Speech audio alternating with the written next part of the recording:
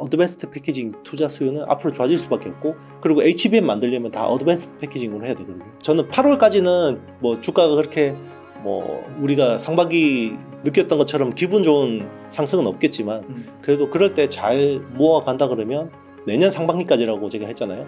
그때까지는 많은 수익을 낼 수 있을 거라고 봐요. 그 다음에 좀 질문을 드리고 싶은 게 그 삼성전자와 LG의 협력인데요. 네네. 그 삼성전자 VD 사업부에서 LG 디스플레이 OLED 패널을 쓰기로 했고, 네네. LG의 반개 기업인 LX 세미콘이 삼성 파운드리와 밀접한 협력을 보이고 있습니다. 네네. 이렇게 삼성과 LG 그룹 간 협력이 강화되면 우리가 좀 주목할 포인트가 있을까 네네. 궁금합니다. 이거는 굉장히 어떻게 보면 역사적인 일이에요. 그러니까 사실은 그 이병철 회장하고 구인회 회장, 네. 그러니까 이제 삼성 창업자하고 LG 창업자는 초등학교 동창이시죠. 네. 그리고 두 분이 굉장히 친했어요, 초창기에는. 아, 근데 싸웠네. 네. 그러니까 싸우고 이제 서로 안 본 건데. 골프장에서 너무 싸웠다고. 네, 맞아요. 그게 이제 원래 LG가 먼저 그때 럭키 금성이었죠. 네. 금성에서 이제 이제 라디오를 국내 최초로 국산화해가지고 전자 사업을 하고 있었죠. 그런데 이제 원래 뭐 설탕하고 뭐 이렇게 밀가루 이런 쪽 비즈니스를 하던 삼성이 우리도 전자 산업 하겠다라고 하니까 거기서 골프 안 치고 서로 얼굴 붉히고 난 다음에 그다음부터 협력이 없었죠. 두 회사 간에. 근데 그게 이제 3대째 와서 협력이 된 거죠. 와, 3대째 와서 협력이 된 거고. 그리고 뭐 지금 이제 LG 디스플레이 같은 경우는 지금 화이트 OLED, TV형 OLED가 지금 굉장히 어려운 상황이잖아요. 그런데 이제 또 삼성전자 VD 사업부, TV 사업부 입장에서는 요 LCD 가지고 이제 하이엔드 쪽에 포지셔닝 하기가 되게 어려운 상황이었고, 그래서 서로의 이해관계가 맞아 떨어졌는데 네. 요게 또 협상하는 과정에서 이게 또 쉽지 않았던 거죠. 그래서 한번 작년에 이야기 있다가 이게 또 어그러지고 했는데, 최근에 이제 LG 쪽이 워낙 힘들어지니까 또 이제 삼성한테 유리하게 계약이 되는 분위기 같고요. 네. 그래서 이제 삼성 TV에 LG 디스플레이 패널이 적용되는 거는 거의 기정사실화 되는 것 같습니다. 그러면 이제 어쨌든 이게 국내 산업으로 봤을 때는 좋아지죠. 전반적으로 좋아지고요. 그리고 여기 이제 OLED 디스플레이 드라이버 IC 쪽, 이제 제어하는 쪽, 그런 쪽으로 이제 LX 세미콘, 옛날에 실리콘 웍스라는 회사였는데 팹리스 회사예요. 네. 이제 단일 팹리스 회사 중에서는 국내 최대 규모거든요. 시총이 뭐 2조 가까이 되고, 그리고 뭐 워낙 또 그 설계를 잘하는 회사이기 때문에. 근데 삼성 파운드리 입장에서는 지금 고객을 빨리 최대한 많이 유치를 해야 생태계를 키우고 뭔가 이 시장 점유율을 키울 수가 있잖아요.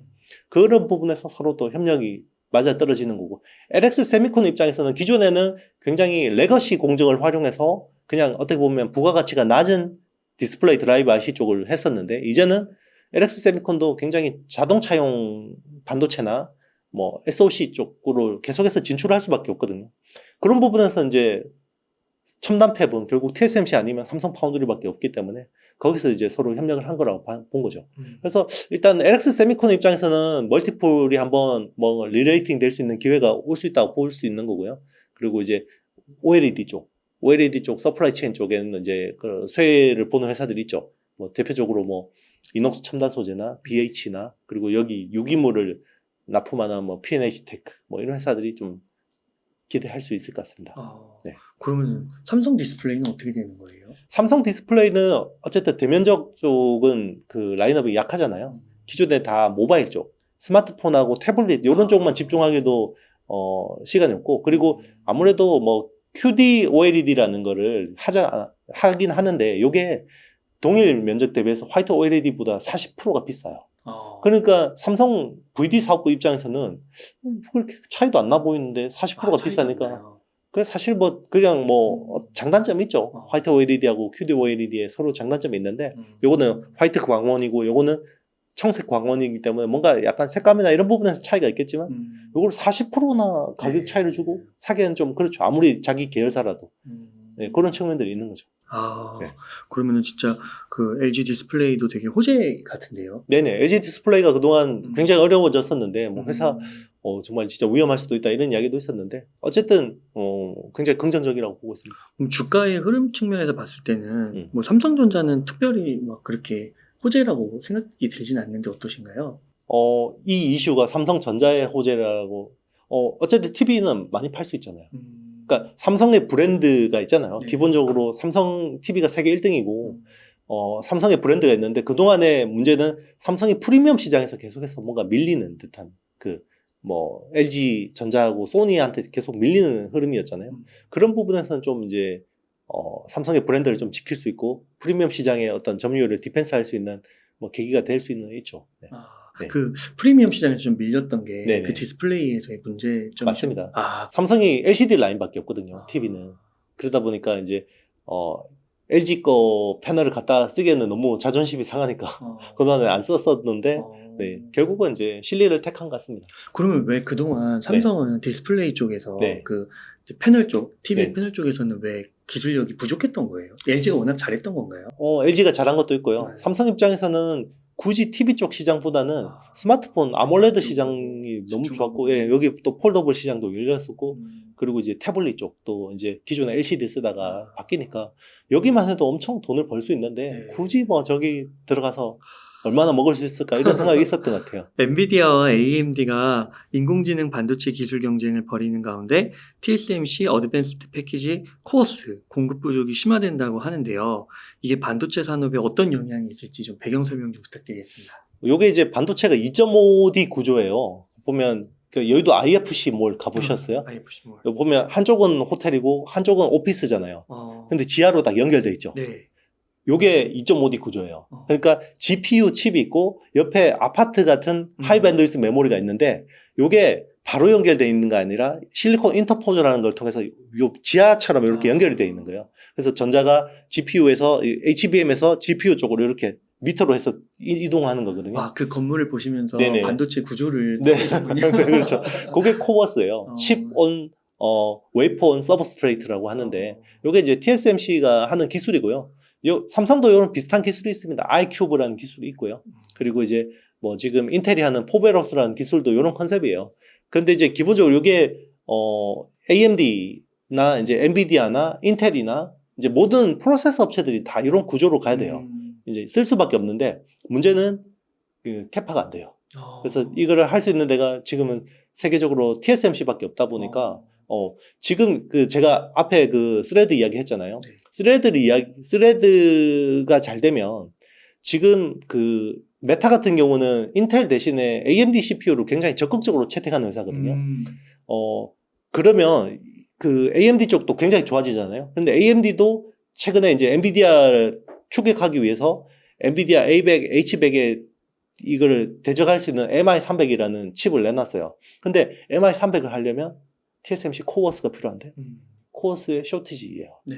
공급이 없어요. 그래서 리사수 박사가 최근에 대만으로 넘어간다. 그래서 TSMC하고 미팅을 한다고 하는데 결국 이 코어스에 대한 캐파 확보가 중요한 거거든요. 그러니까 TSMC가 이걸 독점하다 보니까 전공정도 TSMC가 독점하고 어드밴스드 패키징도 TSMC가 독점하다 보니까 삼성한테 기회가 있는 거예요. 네.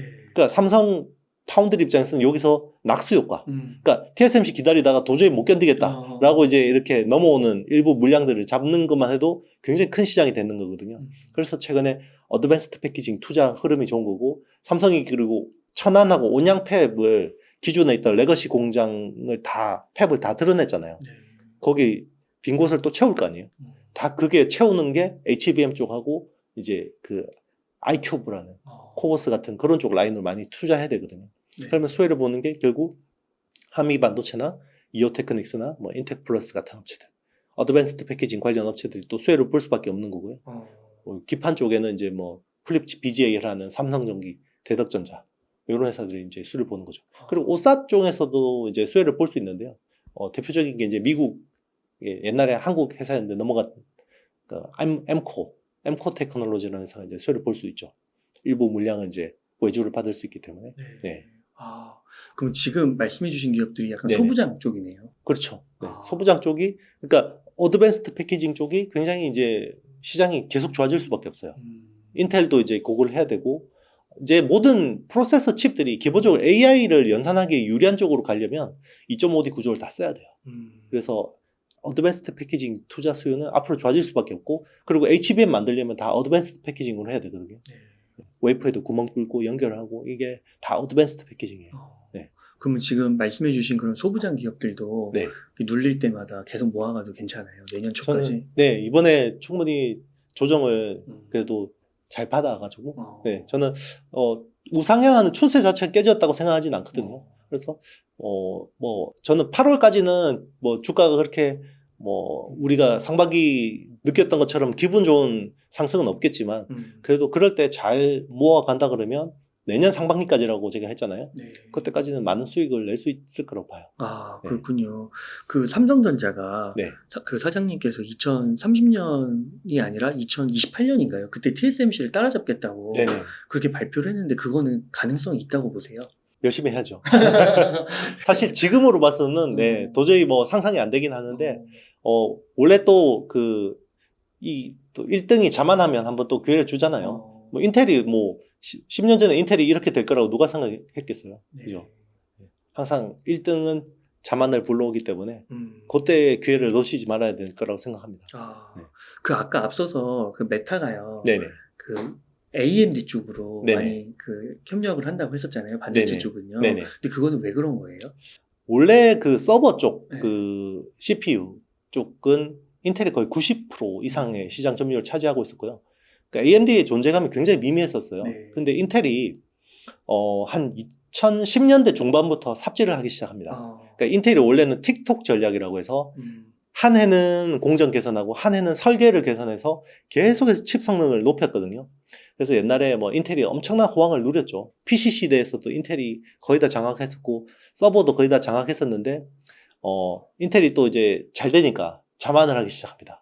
그러면서 재무통들 CEO들이 와서 뭐 이 숫자 만지는 사람들 보면 연구하는 사람 저 계속 노는 것 같거든요. 연봉도 많은데 저 사람 왜 자꾸 저렇게 놀고 있냐. 이러면서 막 구조조정을 하기 시작합니다. 아, 기술이 아니고 재무 쪽으로 간 네, 거예요? 재무통의 CEO들이 이제 2연임 정도 이렇게 계속 뭐 7대, 8대 요 정도였던 것 같은데요. CEO들이 계속 와서 그러니까 구조조정을 막 해요. 그러니까 우수한 인력들이 다 정리해고 올 테니까 정리해고 되고 AMD나 엔비디아나 애플 같은 데로 가서 엄청 또 칩 설계 기술을 높여준 거죠. 네. 그 사이 인텔은 14나노 장인이 됐습니다. 7년 동안 14나노에서 진전을 못했어요. 그렇게 우수한 인력들이 나가버리면. 그러니까 인텔의 칩의 성능이 계속 떨어지는 거예요. 그런데 그동안 버텨왔던 것도 사실은 락인 효과였어요. 그러니까 서버 쪽 엔지니어들은 그냥 인텔 CPU 쓰는 게 편한 거예요. 근데 그 사이에 AMD는 자기들이 공정은 도저히 안 되겠다 해서 떼서 분리해버렸고요. 그게 글로벌 파운드리스가 됐고 이제 설계만 열심히 집중하고요. 이제 TSMC한테 팹을 맡기 시작한 거죠. 그러니까 칩 성능이 계속 좋아져요. 그게 이제 결정적인 사건이 이제 인텔이 이번에 나오는 칩이 사파이어 래피즈라는 프로세서인데 요거하고 그 AMD 제노아라는 칩이 서로 경쟁 관계인데 원래 사파이어 래피즈가 2년 전인가 나와야 되는데 계속 못 나온 거예요. 나왔는 뭐 수율이 안 나오고 뭐 하다 최근에 또 버그 발생해가 또 뭐 그 사이에 이제 그 락인 효과가 센 엔지니어들도 이거 너무하다. 그러면서 AMD 칩을 쓰기 시작한 거예요. 그래서 지금 AMD 아마 올해 AMD의 서버용 CPU 점유율이 아마 20% 중반대까지 올라갈 것 같아요. 그래서 지금 가장 적극적인 회사가 메타입니다. AMD를 쓰는. 네네. 그래서 아마 지금 그 스레드 같은 경우도 좀 뭔가 대박이 나서 이게 서버 투자를 해야 된다 그러면 AMD 기반으로 할 가능성이 높아요. 그렇게 해서 좀 다시 앞부분으로 좀 돌아가면은 그 어드밴스드 패키지 코어스 네. 그 공급 부족 네. 그걸로 인해서 그 TSMC가 다 못 받으니까 네네. 삼성전자의 수혜가 입을 수 있고 네네. 삼성전자 그렇죠. 수혜는 또 우리나라의 소부장 기업들로 혜택이 이어질 수 있다. 그렇죠. 심지어 인텔이요. 이제 전공정이 잘 안 되잖아요. 네. 근데 인텔이 뭐 전공정은 지금 10나노에서 굉장히 허덕허덕 하고 있는데 의외로 후공정은 잘해요. 그러니까 이 인텔의 포베로스하고 EMIB라는 기술은 꽤 쓸만하거든요. 네. 그래서 인텔이 어떤 이야기를 했냐면 인텔이 지금 파운드리 사업을 하고 있잖아요. 네. 하려고 하고 있잖아요. 그래서 전공정은 사실 그 선단 공정 칩을 맡기는 회사가 없을 것 같아요. 네. 그러니까 우리가 오사처럼 후공정만 해줄게. 네. 이런 이야기도 했어요. 그러니까 자존심 이제 다 내려놓고 다시 바닥에서 시작하겠다는 마음 같아요. 네. 그렇군요.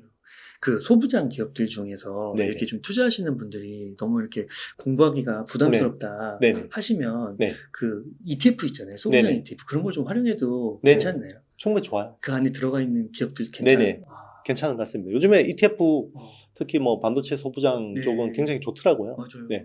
있더라고요. 네네. 그런 것들 잘 보시고 이제 거기 이제 어떤 편입 비중이나 이런 것들 잘 꼼꼼히 따져보시고 그리고 수수료는 요즘 다 전반적으로 좋더라고요. 네, 네네. 맞더라고요. 좋더라고요. 그런 것들 네. 잘 보시면 좋습니다. 네. 아, 네. 삼성전자, SK하이닉스 소부장까지 뭔가 오늘 되게 다 잘 되고 있는 것 같아가지고 희망이 좀 네네. 있는 것 같아서 네네. 미래가 그래도 좀 낙관적인 것 같아서 되게 좋은 것 같은데요. 네.